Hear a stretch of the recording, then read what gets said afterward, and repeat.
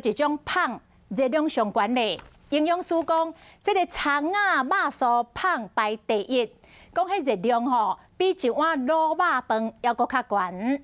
讲这种的面顶野葱啊煮内底来到肉酥的胖，除了抹马达，阁有抹美乃滋，所以油甘真多。营养师讲，台式的胖相对是较油。若是有慢性病，或者是高血压、高血糖、甲高血油的患者，若真正想要食胖，讲欧式的杂粮面包这种胖较理想。我现在想要减肥，我要吃哪一种面包比较不油？泡果面包、全麦糙米类的吐司啊。那哪一种吃最胖？罗宋啊，那个油很多啊。然后大的部分是因为油热量高的，甜甜圈啊、丹麦类的，或者是酥皮啦，千层酥皮。食胖敢会愈来愈大颗？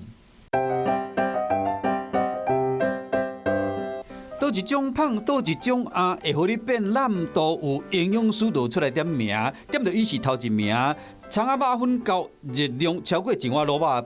牛奶酥胖排第二名，肉麸胖嘛真个互你变大颗。唔通看见这肉麸到外口这个葱仔煮，因为这个胖食起来会胖，主要是用这个牛奶油，过来软软的美乃滋，搁啊铺起哩，搁甲搞起来了后，你若加食规地，恐惊裤都未清凉。所以讲食胖爱真计较。若像这个牛奶油小餐包，名是有牛奶搁有油，要过热量是排上尾名的。但那你吃3颗就不一定比它小，吃3颗还是破表，对不对？爆浆那种是绝对是爆表的吧？对啊，它里面就是一个奶油块在里面啊。有糖尿病啊，而且我不敢吃，连糖我都不敢吃了。那你敢吃面包吗？不敢。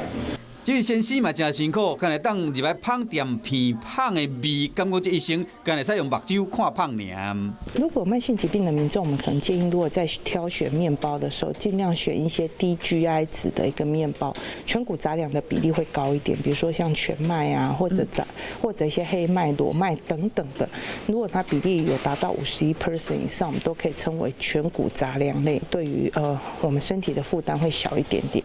食胖冇味觉，内行的照食嘛唔惊大空。观众朋友，有一件事情不知道你们做了吗？